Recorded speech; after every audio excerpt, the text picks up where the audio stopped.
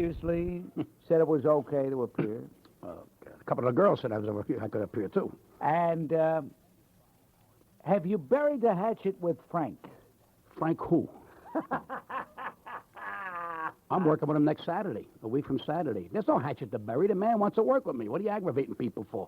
The man's 74 years old. Now he wants, a guy like me with energy to keep him going. You're really going to work with the... What do you mean? It's amazing. We're going to honor Tommy Lasorda, okay? Everybody wants to be Frank. Tommy's not happy being Tommy Lasorda. He won a World Series. He knows how to throw a ball. He knows how to talk to Spanish people. He's not happy. He wants to sing. It was just one of those things in a shower. I don't understand these people. Well, what is this man? Does Frank walk on water?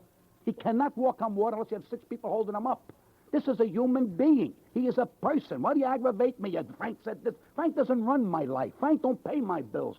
Frank is a human being. He sings my way, his way, anything he wants to do. I don't bust his horns. He don't bust my horns. What do you want from my life? He lives in Palm Springs. I live in Las Vegas. I spend a lot of time in New York. What do you want from me, Bob? Leave the guy alone. He's 74. He's got agita already. He's starting to hear at nighttime. Frank, are you getting ready? It's not to scare the guy. You got to understand. 74, 74, finita, capito, non capito. It's over. The ship didn't sail. It sunk. But you see, Pat, the problem is, you know what the word on the street is? What's the word? Omite paura. No. When I tell you, I can walk down Mulberry Street, I can walk down Mott Street, you know what I get? Patty, how are you? How's everything? You know something? I don't ask nobody for nothing. I don't get myself in any kind of trouble. I mind my business. I go to bed 10 o'clock at night. I'm hoping the check clears. What are you making statements over here? We Italian people, we got a great culture. All I want to do is be part of my culture. I want to watch the mushrooms grow in the yard. I want to get some Reagan. I want to spread it all over me. I want to have rochlirab on a Saturday with shrimp and linguine. That's all I want. You can keep the money. And where are we going? We saw the movie. It's over, Bob. I would quit if I were you right now. Get a farm. Raise something. You're getting on my nerves, Bob.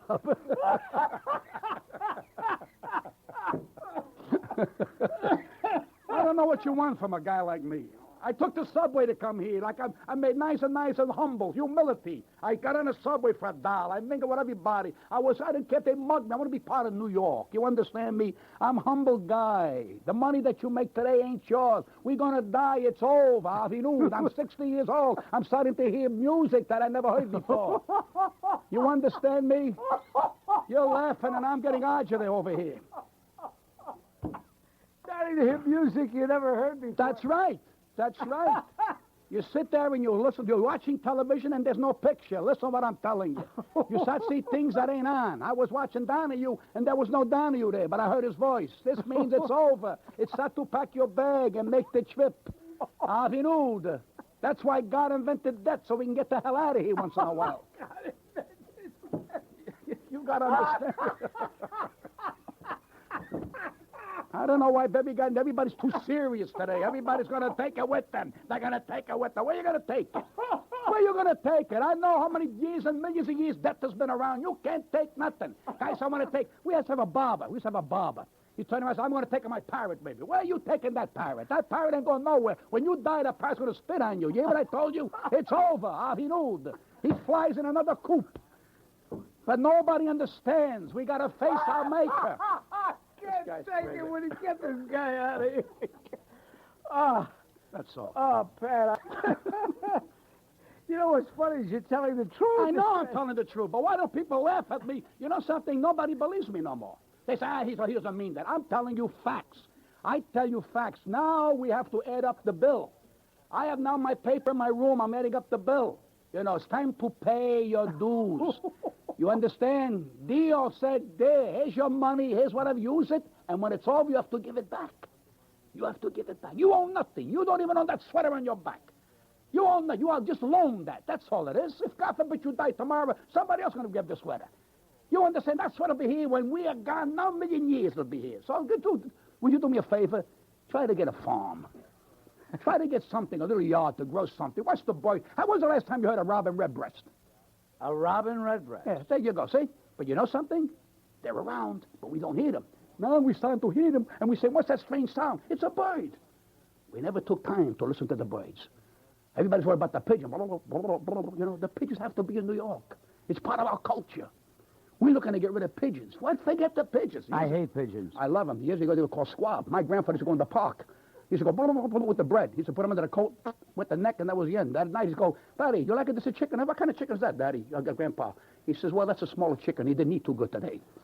They took anything that walked on two legs. It's called culture. I hate pigeons. I despise pigeons. I love pigeons. They're part of our life. Without the, you see now, one day they're going to be an endangered species, and you're going to go on a big tirade. We got to save the pigeon. Not me. You listen to what I tell you. Without the pigeon, this town is over. Avinud. They're the only things in the world that can do duty on the political people and get away with it. That's true. There you go. That's true. We need them. You understand? Now I'll tell you what's going to happen in New York. Now they got the hawks coming in. They're moving in to get rid of some of the pigeons because they're getting overcrowded. God worries about those things. You're over here 4 or 5 hours a day. You don't care. You're in a tomb over here. This is a tomb, Agavida. This is a tomb. You should put some flowers in here, something. Open the window here. You could die from suffocation in here. This poor woman's been on the floor for 3 hours here, for crying out loud. This is a tomb in here. You got to get out. There's other things in the world. Buy a tractor. Buy a Keep me tractor. here 4 hours. Buy 4 a hours. tractor. Will you listen to me? Buy Buy a a tractor. tractor. Dig up some dirt. Do like my friend did in Wisconsin. He bought 35 acres of land, minding his business. True story. His brother-in-law, who's an agricultural expert from Sweden, takes a tractor and starts playing around with the dirt. He finds wild rice. All right? So he goes to change the wild rice. And brother goes, what the hell am I going to do with wild rice? We need oil. Are you crazy? Wild rice is $13 a pound. Dig that stuff up. And there he is, a multimillionaire with wild rice. And people are digging for oil. Do you know what's in that dirt today that we need? There's more dirt. We're going to run out of dirt. If we run out of dirt, there's nothing to grow. This is important, the culture. It's the one and only Pat Cooper, folks. Pat, you know, you're a fan of Danny Styles, aren't you, Pat? Well, Danny Styles, see, I love Danny Styles because Danny Styles has one song every 3 hours and 87 commercials. He's the only man that advertises 42 restaurants, all with Arbitz. Everything is Arbitz. He goes, we go to John's, he's got the best Arbitz. And then we go to Naval, he's got the best Arbitz. And then we go to August. How many guys got the best Arbitz, Danny? But Danny goes deaf. He don't want to know nothing. He keeps adding more sponsors. One day you're going to hear Danny go, that's going to be the end of the show. He plays one record every 3, 4 hours. Danny, if you listen, do me a favor, get a job. I don't understand it. Oh, he went on AM, you can't talk to him. You went from FM to AM. I said, oh, he goes, you know, Pat, no, we're right next to WNEW. That's your problem. It's not my problem. But he plays that one record. He plays that guy Lombardo. He plays singers that never got a record, never were on the air. I mean, he played a singer the other day. I never heard of the guy. Never heard of the guy. He tells you what day the guy was born, where he came from. Who cares? Who cares? It's 1 o'clock in the morning. Play the music. I don't want to hear big production about this guy. He's been dead 84 years. Leave me alone already. You know, I forgot to tell Danny you were going to be on the program. He's going to think I was holding out on him because at his famous big band dance party... Now, it's your famous one, too. He called you his partner. Now, don't cop out. Now, don't cop out. You got involved in this thing. You can't get out of it. I know. You're not trying stuck. to. You're right. How you get out of it? Don't show up one time. Don't show up and say, Danny, I love you dearly, but it's hurting my career. Tell him it's hurting your career. All of a sudden, you become part of a buffet. A man of your culture, a man of your dignity and pride. What are you doing around snails? Well, they don't have snails. They have everything over there. I wouldn't eat snails. They got babalu. Oh, it's healthy for you. What are you, crazy? That's an aphrodisiac. Pashkiva. No, that's the best. Pashkiva No, you make them with the hot pepper, a little olive oil and tomatoes there, and you get the pin. And boy, it's terrific. Are you crazy? What have you been eating lately? You look pale over here. We're going public with Pat Cooper.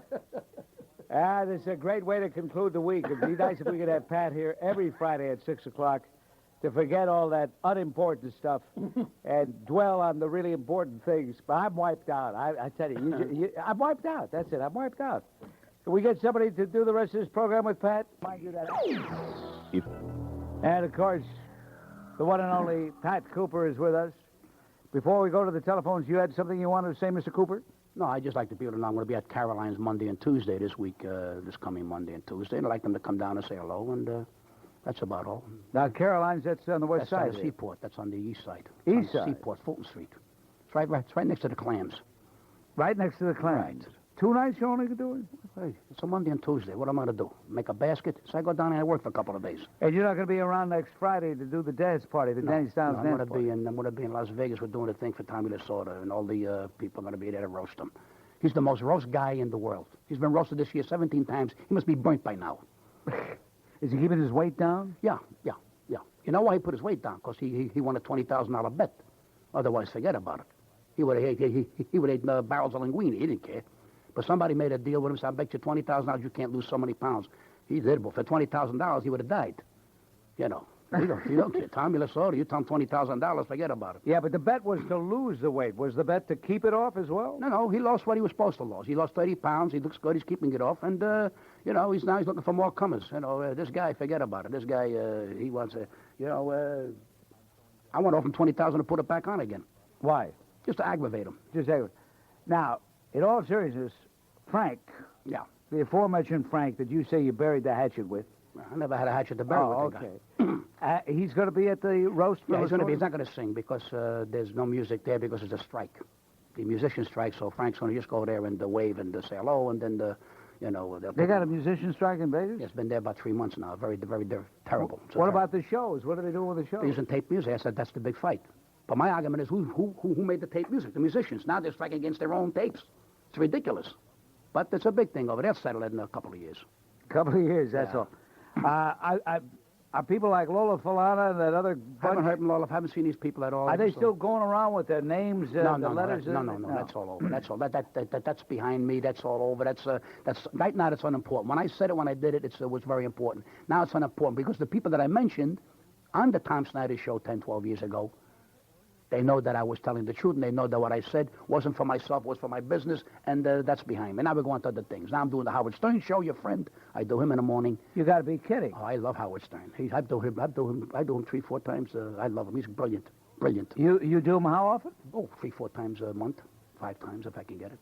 Sometimes I'll do once a month. I'll call him. Maybe once. All right, I won't hold that against you. Why? He's great. He's a genius. What are you, kidding me or what? Genius and what? Well, you're a genius in your way. So you're Bob Grant. Bob Grant, you go 17 floors as Bob Grant. He produces genius 17 floors. This guy is a genius. You listen to what I tell you. In what way? He's a genius comedically. He's a genius writing-wise. He's always creating on that show. 4 or 5 hours on that show. I listened to him today. I mean, it was brilliant. I mean, absolute hilarity. I mean, people get offended. They say, well, he uses a couple of 3-letter words here and there. What's the difference?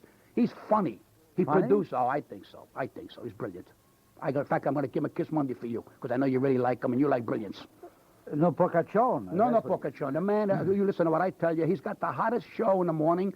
I pray to God he goes nationwide so people can laugh in the morning and have a great time and, not take ourselves seriously. He did a thing today about spanking each other. That's the time on. And the people, you laugh at this. We got to take it serious. We got to laugh. Do you understand what I'm telling you, Bob? We can't be in a tomb all our life. We got to laugh. You got to get out now once in a while. Make rocklet rab. You understand what I told you? I don't like a rab. Well, make broccoli. I like broccoli without a rab. A rab's too bitter. No. Well, there's certain rabbies and there's Andy Boy rocklet rab. It's not that bitter.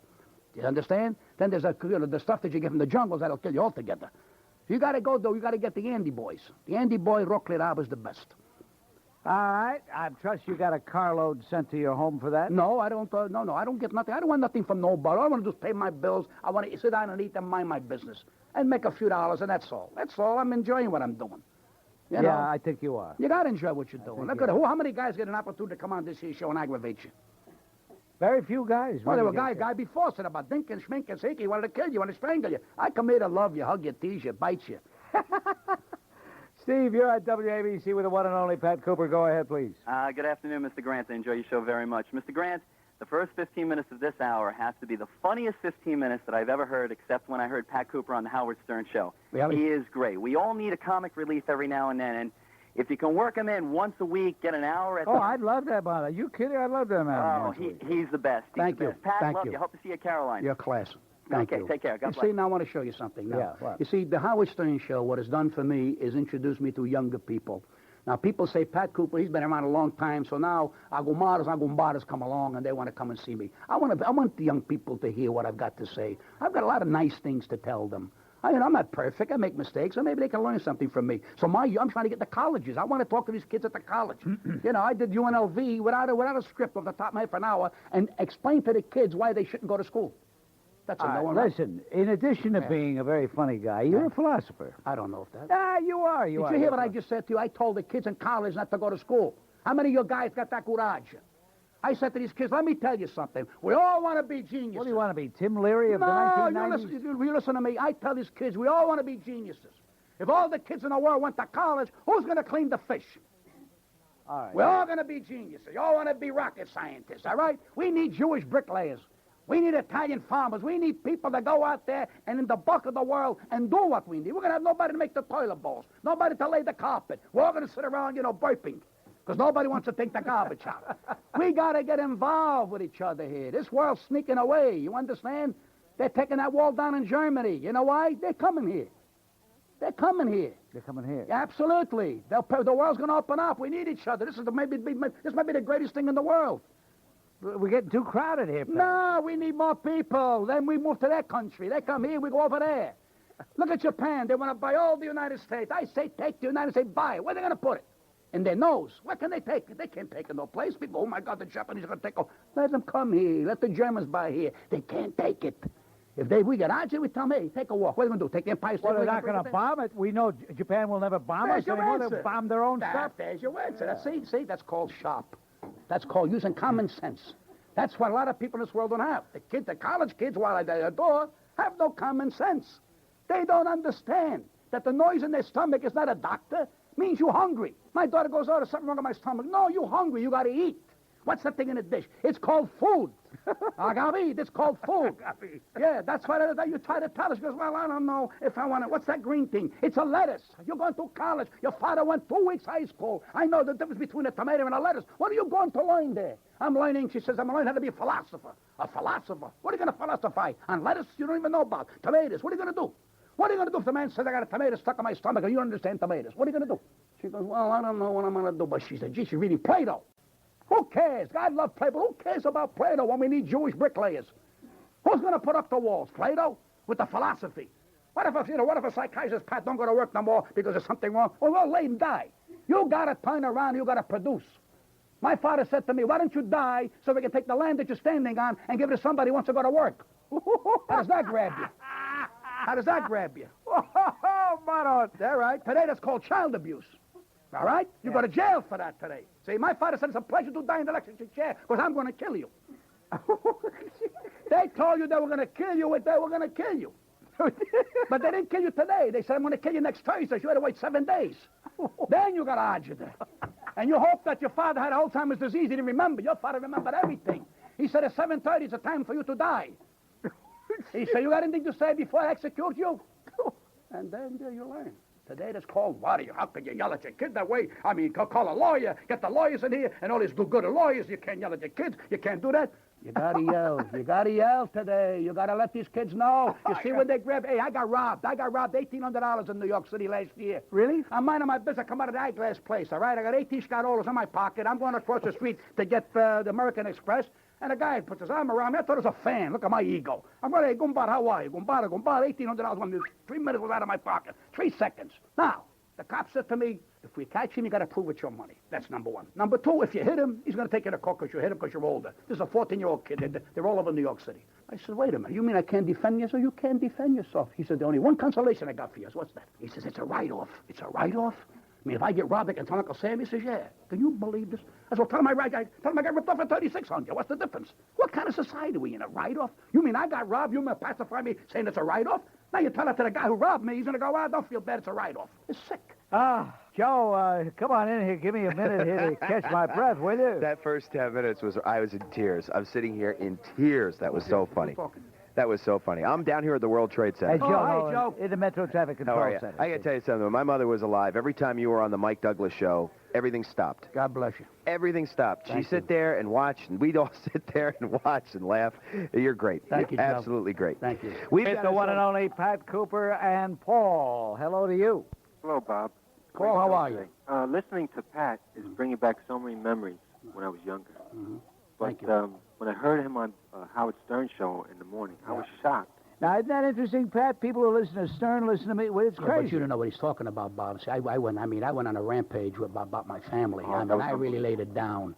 And this gentleman will tell you why, it's going to take too much time to... You on a rampage? I went on a rampage of How anger. out of character? Of anger, but you must understand that the people thought that this was an album, what was going on. I had my mother on the phone, I had my sisters on the phone, I had my daughter on the phone, and I gave them a piece of my mind, literally a piece of my mind. And I tried to explain to them, I said, if you're an only son, how can you turn your back on an only son? What have I done to hurt you? And I demanded an answer from them. And I said, now, if you got any clash, you'll get on the phone and call up Howard Stern Show, and you've got to give me an answer because I deserve an answer. I've done nothing to hurt you people. What are you talking about? I'm bringing a point out. This is what happened today. All right, very fast. Let me tell you what happened. They were making fun of Regis Philbin. Who was? Howard Stern. They were Okay, kidding good because, for him. Because Regis, Now I like wait him. a minute, because Regis Philbin, his son made a statement that Regis Philbin don't want to support him. Yeah, And all I this see, thing. I And see. they made it, as a joke, they're making a telethon for Regis Philbin's son. I went on the next day, and I said to Howard Stern, I said, Howard, listen, I love you, but, when I don't agree with you, I ain't going to agree with you. What you're doing to Regis Philbin is unfair. Number one, because we don't know if this kid's conning. Maybe the kid's conning. What do we know? Jerry Lewis son accused Jerry Lewis, you hear me, of being a bad father as he's eating Jerry Lewis's caviar and driving Jerry Lewis's car. Oh, that's okay. That's okay. I says, how do we know this kid's telling the truth? What are you knocking Regis Philbin for? It's unfair. Let Regis Philbin defend himself if he wants to. Why does this kid come off saying my father's bad? The kid's 30-some-odd years old. All of a sudden his father's bad? All the years he hasn't said nothing about his father. So I turned around and said, now I'm going to tell you about my family. Because my family absolutely believes that I'm talking about every little thing that they do. I talked about the Italian culture where I was raised in a whole neighborhood of people. I picked people's stories here, there. My mother absolutely believes that they're always talking about her. And I went on and I explained to the public, and this was taped. And I think Howard played it 4 or 5 times. But people did not believe what I was saying was the truth. They thought it was an album. Where can we get this album? They said it was hilarious. Now, this gentleman here, I don't know if he was laughing at it or if he wasn't sure. Hey, Paul. Yeah. Did you think it was serious, or did you think it was No, out of your mouth, it was serious. Okay, but you're one of the rare ones. I still get people say, oh, I hope they play that thing again. That record was great. It was not a record. I had my mother on. Were you serious? Oh, I was angry. What are you angry with your mother for? I'm angry because, let me tell you something. When people turn down, I'm a successful man. I've done nothing to hurt my family. All they turn around, all they do, right, years ago when things weren't going good, they never said hello to me. I was nothing. Now they're signing autographs. Now that's, I'm Pat Cooper's mother. I'm Pat Cooper's sister. So I said to them, you're going to stop it. And you're going to stop it now. I want to know what I did to you people. You haven't talked to me in 12, 15, 18 years. What have I done to you? I've become successful. I'm Really? serious. Oh, wait a minute, Bob. Let me tell you something. I didn't know that. I know mothers. Their son go to electric chair. The mother said, that's still my son. I've never done anything wrong. I've done nothing tragic that you hate your son. I'm an only son, you stupid. My father passed away. I didn't speak to him for 12 years. Listen to this. The next day in the obituary, they had Michael Caputo died and left 3 daughters. These 3 daughters never spoke to their father that often. But yet they took his money. $300,000 they took. $300,000, they split it like beavers eating wood.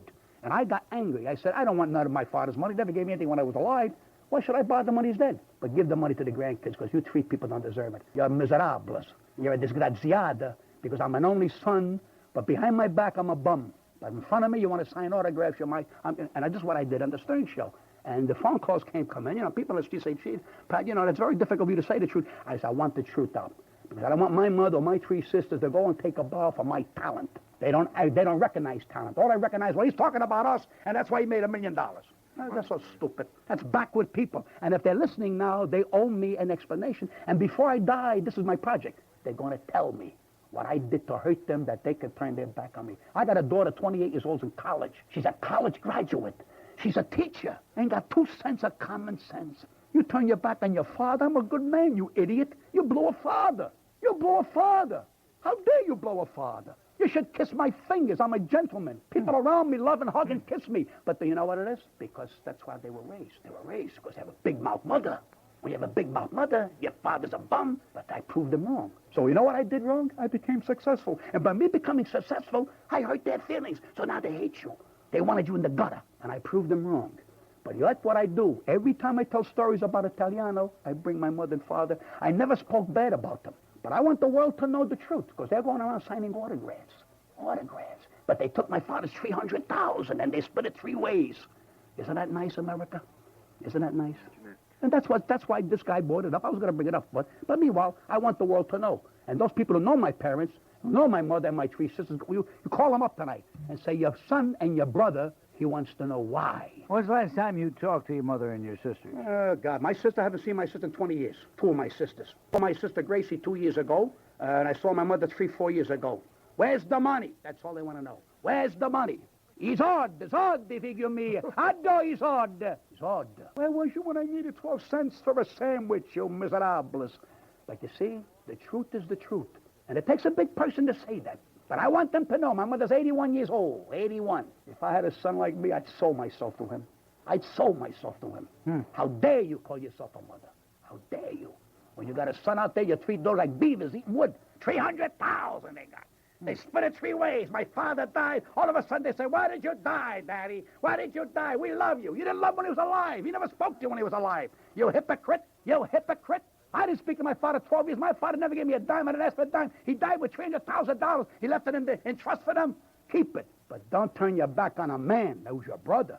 Give it to the grandkids, you miserable. My sister went out and bought a house and rings now. They got rings in the yard and a rocking chair. They're now wealthy in Trenton now. They're the Trenton, high-polluted Trenton. Oh, is that where they live? Yeah, my father lived in a room in the Hotel St. George for 37 years. The room was so small, his feet touched the doorknob. I swear to you, Bob, his feet touched the doorknob. He didn't talk to nobody for 37 years. He wouldn't be bothered. So you don't want to be bothered? Goodbye. Meanwhile, I made a life for myself. My father never gave me a quarter to say, hey, it's a quarter. Let me see you in the street. You are dying. Where's my son? I got a divorce. I'm the only one who got a divorce. No, my mother got a divorce. Respect. My sister's got a divorce. I got a divorce. I'm a bum. My mother's been divorced 37 years. When he died, she goes, you think I'm going to get some of that money? Where's the money? Sordi. And I laugh at them. I said, you know something? You ought to be ashamed of yourself. And the neighbors, my mother's neighbors in Brooklyn, got to look at her. You ought to be ashamed of yourself. Your only son, he's such a wonderful man. He goes on television, he talks greatness about you, being how they cop out. Well, if he wasn't talking that about me, he wouldn't be making money today. They don't say my son's got talent, he's brilliant. How dare you be brilliant? You're a bum. But when you prove them wrong, they hate you. And this was what I said on the Howard Stern Show. I didn't expect to say it today. We did the first 15 minutes was funny, now this is tragedy. Yeah, but, hey, Pat, what's the response for people hearing you one side? I got one negative letter. One negative letter, so help me God. A negative letter. Woman said, well, you ought to be ashamed of yourself. She's still your mother. I said, no. For 37 years, this woman's been not my mother. I only got one negative letter. When I got on the street, people said to me, and I repeat to you, they said, Pat, that was the funniest record. They were laughing because my mother got on the phone. She couldn't answer. My daughter's a college graduate, 28 years old, a college graduate, right? She got married, didn't invite me to the wedding, which is fine. We haven't been talking. I spent. Wait a minute. But she goes to a honeymoon in Hawaii and comes to Vegas when I'm not home and drops a pineapple off at security. Now, where's the brains of this stupid person? You're not talking to your father. You don't invite him to your wedding. You go to Hawaii for vacation. Now you pass my house and drop a pineapple off? Are you sick or what? But that's where the brains are. You know why she dropped the pineapple off? She want to see where I live. She want to see that Rolls Royce I got in my car that I worked hard for. Agabid and undergabid. And that's what it is. See, that's what makes this program interesting. We laugh all the time, it becomes boring. Now we get it. You know what's good about this? The people out there who got the same situation as I got. That's right. I'm screaming for them. If your mother and father are decent out there, hug them and kiss them. Don't let them go. If they're not right, say goodbye. You're not obligated. Just do the right thing. Love your soul, pal. It's the only thing you own. Agabid and undergabid. God bless, gentlemen. God bless you, Paul. Look what you started. I know, sorry. But no, I love you. The truth, you had to say it. No, the truth is the truth. Paul is a sensitive guy. He picked up that you were telling the truth and not doing shtick. Well, but I tell you, people say, where's that album? Now, what do you think Howard Stern did with this? He made a tape of it, and the next day played it with All in the Family theme. Dum, da-dum, da-dum, dum, dum, dum, da-dum, da-dum, da. It was hilarious. I cried from laughing. It struck me so funny. Really, even though it's tragic? Tragic. Yeah, but you know what saves you? Your sense of humor. Yeah. They can't take that. My mother got no sense of humor. My kids say ain't got no sense of humor. Zardi, they go to a bank, they make the shit, they genuflect in front of a bank. They got 300,000 from the father. Where's my 300,000? You know what they're going to do? That mittingul. Pat, what impresses me so much is the fact that you are so real. You are... But you see, compared to you and my family, you're like a stranger, and you understand what I'm saying. And that hurts me when your own family, who has a successful son... I got two sisters in Westport. Now, you know where that is, Westport, Connecticut. I got a sister in Trenton. I got my kids in Brooklyn. And they all turn around very angry at my success. I've done nothing to hurt them. What did I do? Did I kill them? I supported my kids, but the law told me this is what you got to give your children. I gave every dime to my kids, not Mr. Quarter. I got receipts in my apartment. I'll make my ex-wife eat them, and I'll give you one better. When my father died and you put your obituary column, left 3 daughters, my 3 sisters ought to go to jail for that. They ought to go to jail for that. They're the scum of the earth, and that's terrible to do that to me. I didn't deserve that. All right, my father and I get along, and then my father said, I owe you nothing, and you owe me nothing. Goodbye. And he went away. And nobody said nothing. He didn't want to see us. We didn't see him. Goodbye. Hey, I had to live. My father never sent me nothing. I didn't expect nothing from my father. I didn't expect nothing from my mother. But my mother expected from me. When you went to visit her, you had to make a space. You had to bring a lot of provolones and the salamis. Then one day she says to me, well, what do you come here, just to eat? Yeah, but I bring my own stuff. You want a television? I bought you a television. Ma, you paying attention? Otandun, 81. Where they going to take it? She was 81 yesterday, November 10th. Mama, you hear me? 81. If I was 81 and I had a son like me, I'd climb on him. I'd climb on him. Look at the years that they missed of a good, successful son who's been on all the television shows. I have not one tragedy in my career that anybody can say he did this, he did that. A gentleman. But they hate you for that because you know why? The jealousy, and this is what kills me. And I say, all right, but I got a daughter from my second wife, 26 years. The good Lord blessed me with a saint. My wife and my daughter, saint. And I got good friends, saint. But they're going to answer. Here's what I'm going to do. Now, you people in Westport who know my sister Gracie and Carol, and you people in Trenton who know my sister Gracie in Trenton and Carol and Marie in Westport and my mother in Brooklyn, you tell them what I'm going to do. I'm going to take our page ads in papers, and I'm going to demand an answer. What did I do? Before I die, you better answer me. And that $300,000, you know what you're going to buy with it? Q-tips to clean your ears out, to pay attention to decency. You ought to be ashamed of yourself. And you can come on my show, on television, oh, by the way, Cindy Adams wants me to go on Current Affair. I said, go on. She said, will your family go on? I said, ask them. They ain't got the nerve, because you know why? They can't handle me, because they can't handle the honesty and the decency. They can't handle the caring that I got. I must have been switched babies when I was a kid. They must have switched babies, because none of them got my personality, my charm, none of them. My decency, my caring for people, none of them. I said to my mother many years ago, you sure they didn't switch babies? Maybe I'm Swedish. Mm-hmm. You know why? Because the woman next to my mother was a Swedish woman. I was born with blonde hair, and Lucky was born with black hair. I said, maybe they switched babies. Maybe I'm a Swedish. Maybe, I don't know. Maybe I got a father, mother, I don't know. Maybe they're Osmond. I don't know where they are. This mother I got and father, I mean, they're strangers. Zardi, hey, 300,000 they got. Hey, my father died. Now when my mother, God forbid, if she dies, they're going to get $1 million. He's on. They're going to split it 3 ways. Screw my brother. But if my father left it to me, I would have gave it to the 3 of them. I would have gave it to the 3 of them. You're the only guy. You're the only guy that could be talking about something so tragic. Because you know why you're laughing? Because you see it around you. These are oil paintings. You can't buy these things. Because it's the truth. I challenge any of them in my family to call me a liar publicly. Because I'm calling you a liar publicly. Desiderius onoradigilus facciamo tutte cose. Ha capito, non ha capito? That takes care of that. Maria and Carol and Westport, I hope you're listening. I'm going to get you. I want an answer, Bobby. I want an answer. I demand an answer.